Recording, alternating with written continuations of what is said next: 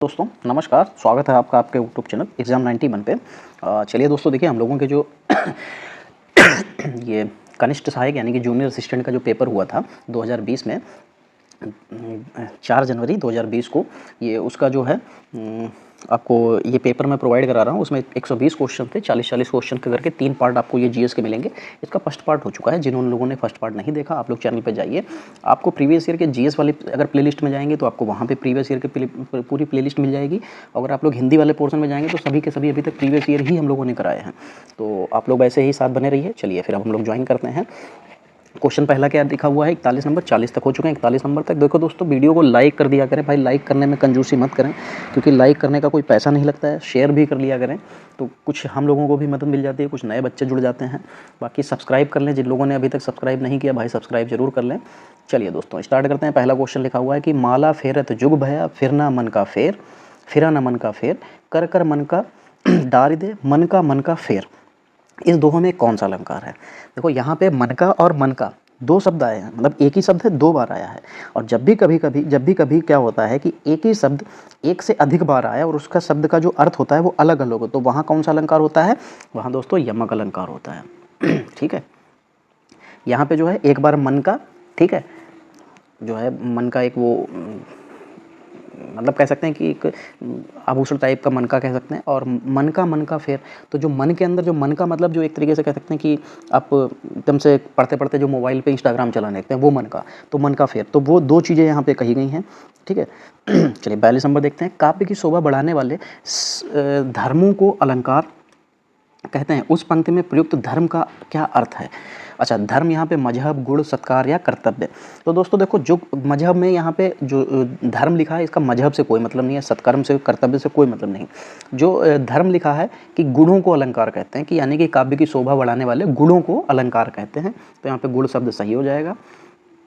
तरन तनुजा तट तमाल, तरवर बहुछाय, झुके cool so जल परसन, हित मनहु सुहाय। इस कविता की दूसरी पंक्ति में कौन सा अलंकार, यानी कि झुके कूल सो जल परसन, हित मनहु सुहाय, ये कहा गया है। तो जो इसमें पूछा कि दूसरी पंक्ति कौन सी हो जाएगी? दूसरी पंक्ति आपकी ये वाली हो जाएगी। उसने कहा है जो दूसरी पंक्ति है इसमें कौन सा अलंकार हो जाएगा। देखो यहाँ पे दोस्तों जो है अलंकार, जो दूसरी पंक्ति है इसमें अलंकार हो जाएगा उत्प्रेक्षा। उत्प्रेक्षा अलंकार क्या होता है? जहाँ उपमेय में उपमान की संभावना की जाती है। ठीक है। वहाँ रूपक अलंकार होता है। और जैसे ही इसी जो है पंक्ति में जब क्या होता है, जहाँ उपमेय में उपमान की संभावना की जाए वहाँ रूपक अलंकार होता है। लेकिन जब क्या होता है कि पंक्ति में मनु मानहु, जनु जानहु और मानो या निश्चय, ईव, ज्यों, ये शब्द जब आते हैं तब वो उत्प्रेक्षा अलंकार बन जाता है। तो झुके कूल सो जल परसन, हिति मनहु, ये लिखा है ना, ये वाला, तो इसकी वजह से तुरंत ये उत्प्रेक्षा अलंकार हो जाएगा। मनु मानहु, जनु जानहु, ये शब्द जब आते हैं। आमरण में कौन सा समास है? क्या लिखा है? आमरण। आमरण में कौन सा समास पूछा गया है? तो तत्पुरुष, अव्ययी भाव और द्वंद्व और द्विगु। देखो द्वंद्व में क्या होता है, हमेशा और शब्द आता है, जैसे माता और पिता और दिन रात, इस तरीके के शब्द को जो है द्वंद्व होता है। द्विगु में हमेशा आपकी जो है क्या कहते हैं कि नंबर आते हैं, गणित के जो आपके नंबर्स होते हैं वो आ जाते हैं। और तत्पुरुष में हमेशा कारक चिन्ह आते हैं। तो इसमें अब आमरण की बात आती है, तो आमरण में देखो जो अव्ययी भाव समास हो जाएगा। कैसे? जिस समास का जो पहला पद होता है, ठीक है, वो प्रधान हो और अव्यय भी हो, तो क्या हो जाता है, वो अव्ययी भाव समास हो जाता है। जैसे भरसक भी हो सकता है और बखूबी, आजीवन, तो ये शब्द क्या होते हैं? अव्यय, क्योंकि देखो तत्पुरुष हो नहीं सकता था। ठीक। और देखो मरण में आगे लगा दिया क्या? आ, तो आ को हम लोग जो है तोड़ तो सकते नहीं हैं भाई। आ को क्या तोड़ सकते हैं? नहीं, जो टूटते नहीं है वही अव्यय हो जाते हैं। फिर मरण, ठीक है, तो आमरण, तो ये अव्ययी भाव, द्विगु हो नहीं सकता था, द्वंद्व तो था ही नहीं, तो क्या आ जाएगा? अव्ययी भाव समास। चलिए द्वंद्व समास में कौन सा पद प्रधान होता है? अब देखो द्वंद्व में अभी मैंने बताया कि क्या होता है, कौन सा, क्योंकि अगर माता और पिता लिखा तो इसमें कौन सा पद जो है प्रधान होगा? भाई दोनों पद प्रधान हो जाएंगे, क्योंकि माता भी प्रधान, पिता भी प्रधान, तो यहाँ पे उसका क्या हो जाएगा? दोनों पद प्रधान हो जाएंगे। ठीक है। गुण दोष, दिन रात, दिन और रात, दोनों शब्द उसमें दोनों पद जो है प्रधान ही हो जाएंगे। सूक्ति का सही संधि विच्छेद क्या हो जाएगा? चलिए सु प्लस उक्ति, सु प्लस उक्ति, सूक्त प्लस ई, सु प्लस कित।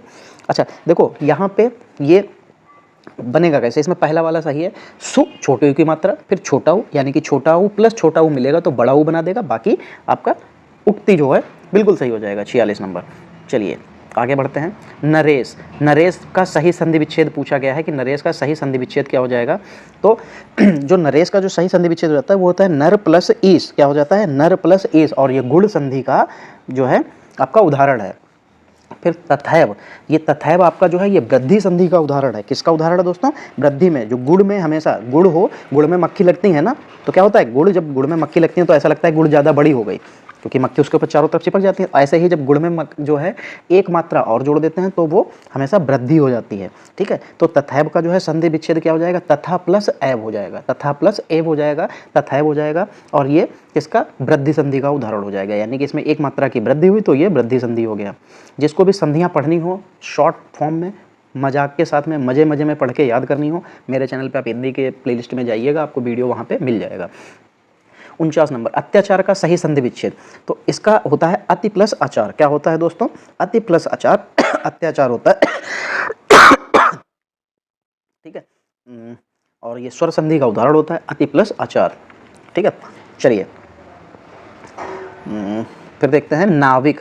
नाविक में पूछा गया है, नहीं अत्याचार यार स्वर संधि कैसे हो जाएगी, अति स्वर व्यंजन, हाँ स्वर ही तो होगी, अति प्लस आचार, क्योंकि यहाँ पे भी देखिए छोटी और बड़ा ये मिलके क्या हो जाएगा जो है दोनों स्वर संधि बना देंगे। नाविक, 9 प्लस जो है ईक होना चाहिए। क्या होना चाहिए, नाविक में 9 प्लस इक, तो नौविक हो जाता है। और नौविक जो है ये भी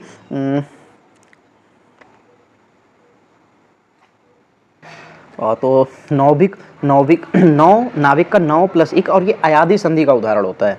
ठीक है, चलिए फिर उज्ज्वल का सही संधि विच्छेद। देखो उज्ज्वल में आपका ये व्यंजन संधि का उदाहरण होता है। इसमें जो आधा जा बनता है ये ता में बदल जाता है तो उत्ज्वल हो जाता है। क्या हो जाता है दोस्तों, उत्ज्वल हो जाता है। ये आधा ता में बदल जाता है और आगे वाला जो जा होता है पूरा वो आधे जा में बदल जाता है, तो ये उत्ज्वल हो जाता है। ठीक है, क्या हो जाता है, उत्ज्वल। ठीक है, ये व्यंजन संधि का उदाहरण होता है। चलिए दिगंबर, दिक प्लस अंबर होता है, दिक प्लस अंबर होता है। इसमें नियम लगता है व्यंजन संधि का पहले वर्ण का तीसरे वर्ण में बदल जाना। ये होता है दिक प्लस अंबर, ये आपका व्यंजन संधि का उदाहरण होता है। चलिए फिर देखिए यहाँ पे क्या लिखा है, उल्लंघन का सही संधि विच्छेद क्या होगा, तो इसका होता है उत प्लस लंघन। क्या होता है, उत प्लस लंघन। ठीक है, ये भी आपका जो है व्यंजन संधि का ही उदाहरण है। उत प्लस लंघन ये व्यंजन संधि का उदाहरण होता है। चलिए 55 नंबर देखिए, निम्नलिखित में से शुद्ध वाक्य का चयन करना है। शुद्ध वाक्य कौन सा है, बाल पक जाने से कोई अनुभव नहीं हो जाता है। बाल पक जाने से लोग अनुभवी हो जाता है। बाल पक जाने से ही लोग अनुभवी होता है। बाल पक जाने से लोगों का अनुभव बढ़ता है। ठीक है, तो देखो दोस्तों यहाँ पे जो है शुद्ध वाक्य का चयन करना है। बाल पक जाने से कोई अनुभव नहीं हो जाता, ये बिल्कुल सही है। बाल सफ़ेद हो गए इसका मतलब ये थोड़ी ना कि आप अनुभवी हो गए। चलिए 55 नंबर, निम्नलिखित में शुद्ध वाक्य का चयन करना है। कृपया करके खुले पैसे दें। कृपया करके खुले पैसे दें, और कृपया खुले पैसे देने की कृपा करें। कृपया खुले पैसे दें, कृपया करके खुले पैसे देने की कृपा करें। तीसरा बिल्कुल सही है, कृपया खुले पैसे दें। 56 नंबर देखते हैं, निम्नलिखित में से शुद्ध वाक्य का चयन करना है। चिड़िया ने दनादन 5 दाना चुग गए। चिड़िया ने दनादन 5 दाना चुग गए। चिड़िया दनादन 5 दाने चुग गए। चिड़िया दनादन 5 दाना चुग गई। फिर चिड़िया दनादन 5 दाना चुग गई। दनादन 5 दाना चुग गई। अच्छा, तीसरे और चौथे में बस इतना अंतर है, चुग लिया और चुग गई। चौथा ऑप्शन बिल्कुल सही हो जाएगा दोस्तों, क्योंकि चिड़िया दनादन 5 दाना चुग गई, ये बिल्कुल सही हो जाएगा, चुग लिए नहीं होगा। चलिए 57 नंबर, निम्नलिखित में से शुद्ध वाक्य का चयन करना है। भारत में चंद्रयान 2 लॉन्च किए गए हैं। भारत में चंद्रयान 2 लॉन्च की है। भारत ने चंद्रयान 2 लॉन्च किए हैं। भारत ने चंद्रयान 2 लॉन्च किया है। तो चंद्रयान 2 कोई बहुत ज़्यादा चीज़ें तो थी नहीं, कि 2 चीज़ें तो लॉन्च नहीं की थी, एक ही चीज़ थी तो लॉन्च किया है। सॉरी दोस्तों। चलिए 58 नंबर, निम्नलिखित में से शुद्ध वाक्य का चयन कीजिए। बत्तखों का झुंड पानी में तैर रहा है। बत्तखों के झुंड पानी में तैर रहा है। बत्तखों का झुंड पानी में तैर रहा थे। बत्तखों का झुंड पानी तैरते थे, तो देखो बत्तखों का झुंड पानी में तैर रहा था, बिल्कुल सही है। बत्तखों के झुंड पानी में तैर रहा था, रहे थे तब तो सही होता, गलत है। तो इस तरीके से आप छांटते जाएंगे, गलत करते जाएंगे। चलिए 59 नंबर, निम्नलिखित में से शुद्ध वाक्य का चयन करना है। नदियों के पानी से सिंचाई की जाती है। नदियों के पानी, अच्छा नदियों के पानियों से सिंचाई, पानियों क्या होता है, पानी होना चाहिए, तो ये तो दोनों आप पानियों की वजह से ही काटिए। नदियों के पानी से सिंचाइयाँ की जाती है, सिंचाइयाँ नहीं सिर्फ सिंचाई की जाती है, तो ये सिंचाइयों की वजह से कट जाएगा, चौथा ऑप्शन सही हो जाएगा। चलिए आदमी बनना मुहावरे का उपयुक्त अर्थ क्या होगा। आदमी बनना मुहावरे का उपयुक्त अर्थ पूछा जा रहा है कि क्या हो जाएगा, तो किसी अन्य जीव का आदमी में परिवर्तित होना, आदमी जैसा दिखना, अच्छा व्यवहार सीखना, कृत्रिम ढंग से आदमी का प्रतिरूप बनना। जब देखो आदमी बनना, अच्छा व्यवहार करोगे तब कहा जाता है कि आप आदमी बन गए, या आदमियों जैसा व्यवहार किया, या इंसानों जैसा व्यवहार किया। चलिए 61 नंबर, रात में विचरण करने वाले प्राणी को क्या कहा जाता है। जो रात में विचरण करता है उसको निशाचर कहा जाता है। ठीक है, जो खाने योग्य होता है तो अखाद्य लिखा है, जो खाने योग्य ना हो। अच्छा भाई मैं सोचूं चारों ऑप्शन तो इसमें मैच नहीं कर रहा है। जो खाने योग्य नहीं होगा, खाद्य खाने वाला, अखाद्य जो नहीं खाया जा सकता। ठीक है, जिसके आगे आ लग गया तो मतलब नहीं हो गया वो। जिसके पास घर ना हो, ग्रही, अनिकेत, अभिषेक या अकिंचन। देखो जिसके पास घर नहीं होता है उसको अनिकेत कहा जाता है। इसीलिए मुझे याद है कि एक बच्चा मैं पढ़ाता था जिसका नाम अनिकेत था, तो उसका नाम बाद में उसको चेंज करा दिया गया था कि अनिकेत, जिसके पास घर नहीं है। देखो अगर इसको पॉजिटिवली लेना चाहो तो जिसके पास घर नहीं हो सकता है बंगला हो, घर नहीं है, ठीक है, तो वो अनिकेत है। बंगला हो सकता है, बहुत सी चीज़ें हैं, लेकिन हाँ ठीक है, अनिकेत नाम होता है, कोई समस्या नहीं है उसमें। ठीक है, चलिए आगे बढ़ते हैं। इनमें कौन सा शब्द गुस्से का समानार्थी नहीं है। नहीं पूछा गया। क्रोध गुस्सा होता है, अमर्ष अपकर्ष और रोष।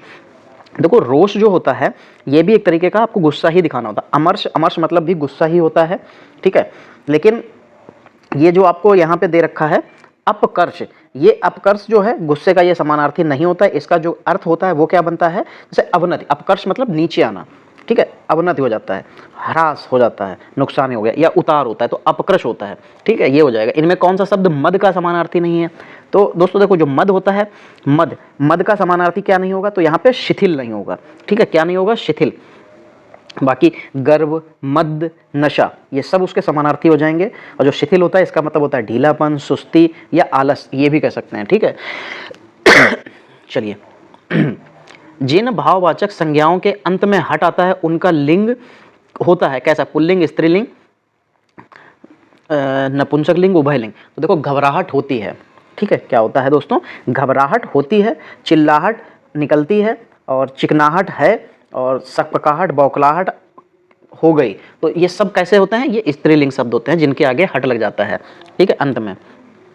पुल्लिंग संज्ञा के स्थान पर स्त्रीलिंग कर देने से काला विशेषण, विशेषण का क्या रूप होगा।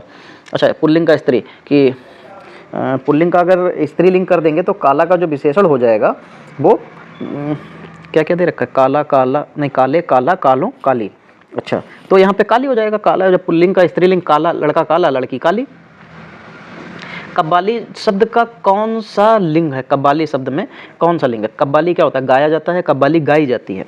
दोस्तों कव्वाला, कव्वाली जो है क्या होता है, गाया जाता है या गाई जाती है। तो ये कमेंट आप लोग मुझे क्वेश्चन का आंसर जो है कमेंट में बताएंगे।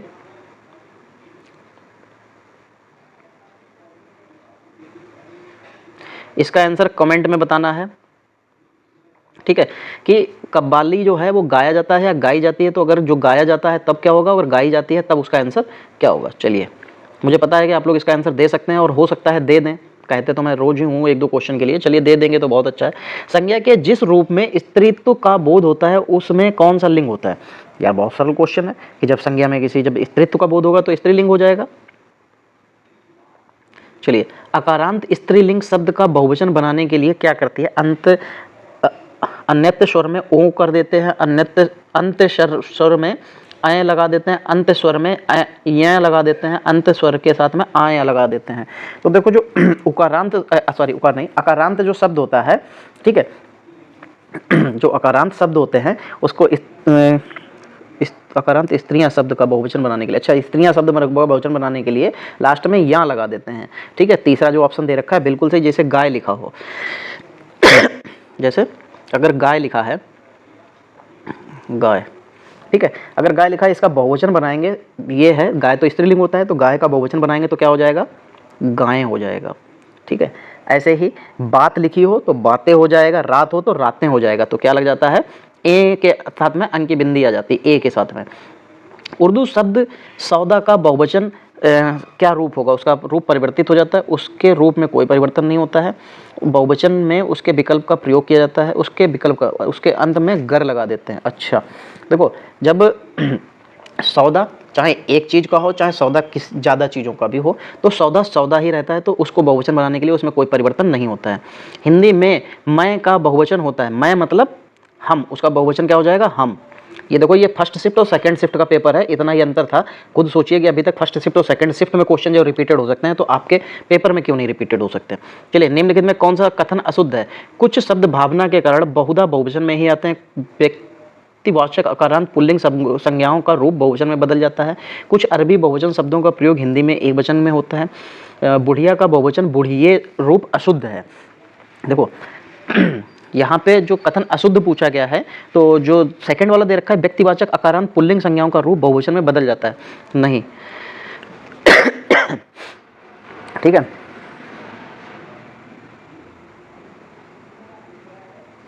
चलिए, चरण कमल बंधव हरिराई, इस काव्य पंक्ति में कौन सा अलंकार है। दोस्तों, ये क्वेश्चन तो बहुत बार आ चुका है और इतने बार पूछा जा चुका है कि इसको क्वेश्चन को तो आप गलत कर ही नहीं सकते। तो दोस्तों, इसमें चरण कमल बंधव हरिराई रूपक शब्द का, रूपक अलंकार का उदाहरण हो जाता है। देखो, रूपक अलंकार जब होता है, तीन बातें हमेशा याद रखना। उसमें उपमेय को उपमान के साथ जो है रूप दिया जाता है, जो उपमेय होती है। ठीक है। उपमेय को उपमान का रूप दे दिया जाता है। जैसे यहाँ पे चरण कमल बंधव हरिराई, जो चरण हैं उनके, हरि जी के यानी कि विष्णु जी के, उनके जो चरण हैं वो कमल के समान कोमल हैं, या ये कह सकते हैं कि हरिहरा। ठीक है। तो उपमेय को उपमान का रूप दे दिया गया, यानी कि जो है उनके पैरों को चरण का रूप दे दिया गया है।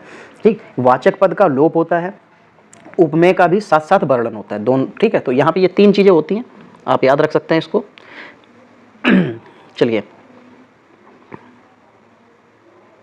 बांधा था बिधुको किसने इन काली जंजीरों से, मणि वाले फड़ियों का मुख क्यों भरा हुआ है हीरों से। ठीक है। पूछा गया इन पंक्तियों में कौन सा अलंकार है।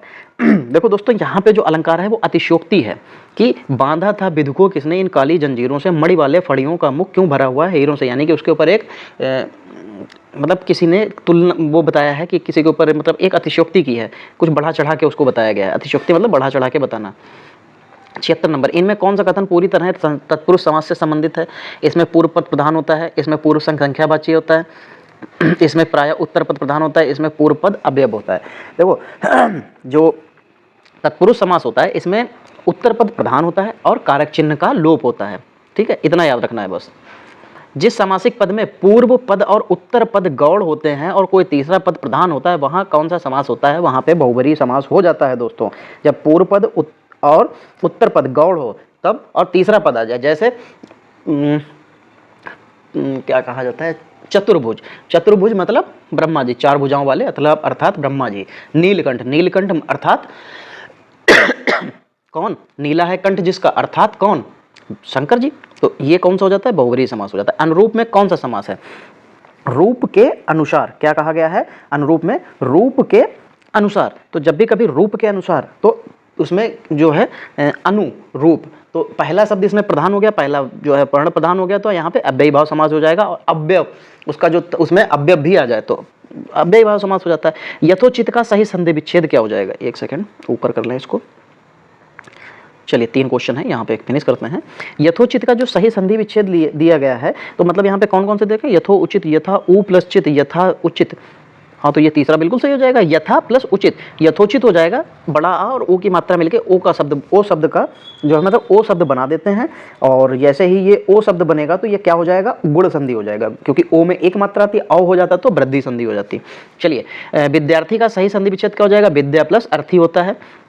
ठीक है, क्या होता है, विद्या प्लस अर्थी होता है। दूसरा ऑप्शन बिल्कुल सही लिखा हुआ है। नाविक, नौइक, ठीक है, ये फिर से रिपीटेड हो गया, यानी कि जो फर्स्ट शिफ्ट में आया था ये सेकंड शिफ्ट का फिर से आपके सामने एक क्वेश्चन आ गया है।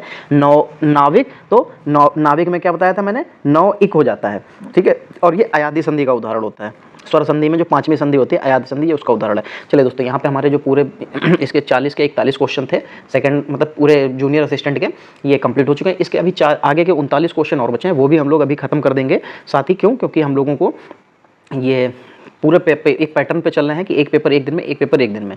तो कभी कभार ऐसा होता है कि 2 सेट एक दिन हो जाते हैं, एक सेट अगले दिन मिल जाता है, तो उससे आप निश्चिंत रहिए, आपको पूरा सेट पेपर मिलेगा। तो आप अंदाजा लगा सकते हैं कि इस तरीके के क्वेश्चन अगर आपके जूनियर असिस्टेंट में आए हैं तो इसी तरीके के क्वेश्चन आपको आपके वीडियो में भी देखने को मिलेंगे। चलिए दोस्तों, आज की क्लास को यहीं पे समाप्त करते हैं, मिलते हैं अगली क्लास में, तब तक के लिए जय हिंद दोस्तों।